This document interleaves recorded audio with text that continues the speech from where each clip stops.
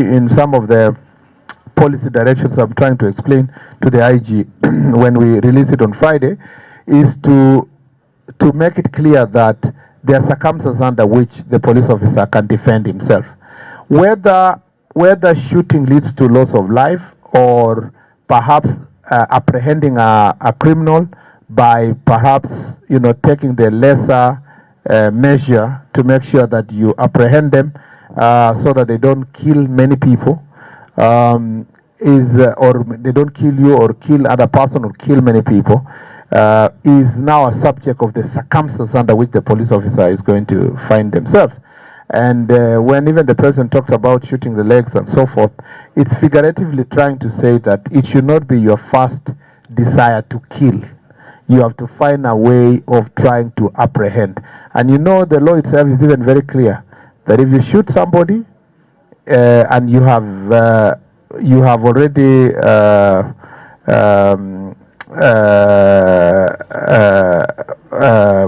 apprehended that person, the first thing is to make sure that they get medical attention, and then you report to IPOA, and you must report to your superiors, and the superiors must report to IPOA that somebody was shot.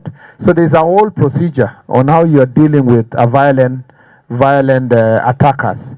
Number two is that the propaganda that's being peddled is that any of us said, neither myself nor His Excellency spoke about shooting protesters. Protesters in the Constitution are not supposed to be shot at all, not even in the leg, because the Constitution Article 37 presupposes that when you are a protester, you are either protesting, you are demonstrating, you are picketing, you are preparing to give a petition. It is assumed by the Constitution that you are peaceful. The people we are talking about are not protesters. We are talking about robbers. We are talking about thugs. We are talking about terrorists. We are talking about arsonists. We are talking about people who came to police station to kill a police officer, to steal from the police station, to steal guns from the police station, and with now guns with ammunition in their hands, we do not know how many people they are going to kill. But I don't know how people now came to the conclusion that it's about protesters and people picketing and demonstrating. But because people, countless times I have made clarification that there is no way I said shoot someone to kill, but I see people repeating shoot to kill, shoot to kill. If it benefits them to say shoot to kill, so be it. In any case, when we are in this Kerio Valley, the police are confronted every day with bandits who are armed to the teeth, some carrying more than one gun, some carrying even machine guns. And at that point in time, there is no debate between the police officer and that thug. And by the way, if you tell Kenyans, should people in Kerio Valley bandits be shot? They don't even blink.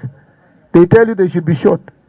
But if you tell them, should a robber or an arsonist or an attacker in Nairobi be shot, they tell you, no, don't shoot. The same thing we were discussing earlier here, that people think certain areas of the country, guns were made for certain areas of the country, and certain criminals are supposed to be you need to babysit them. But the ones of Kerio Valley, the ones of Northeastern there, the ones of border counties, they should be dealt with ruthlessly.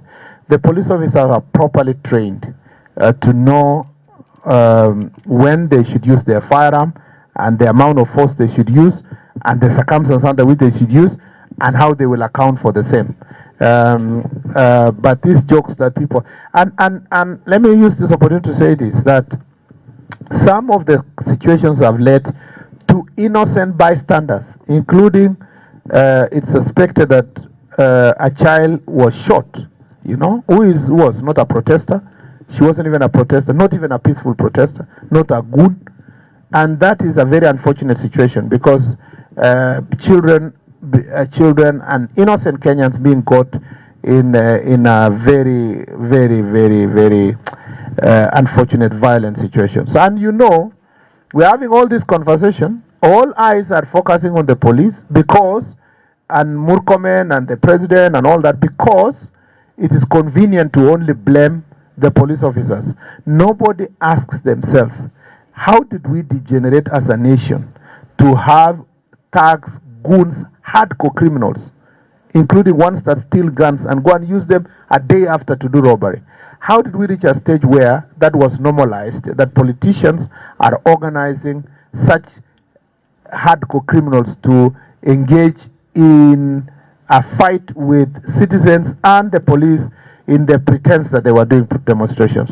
And because it is convenient to only speak about how then police in responding, they ended up killing some people and even innocent other people who were caught in the crossfire.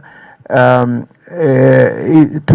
have just that half conversation is very unfortunate, and is politically motivated by other people. I am very clear in my mind that there is sanctity of life.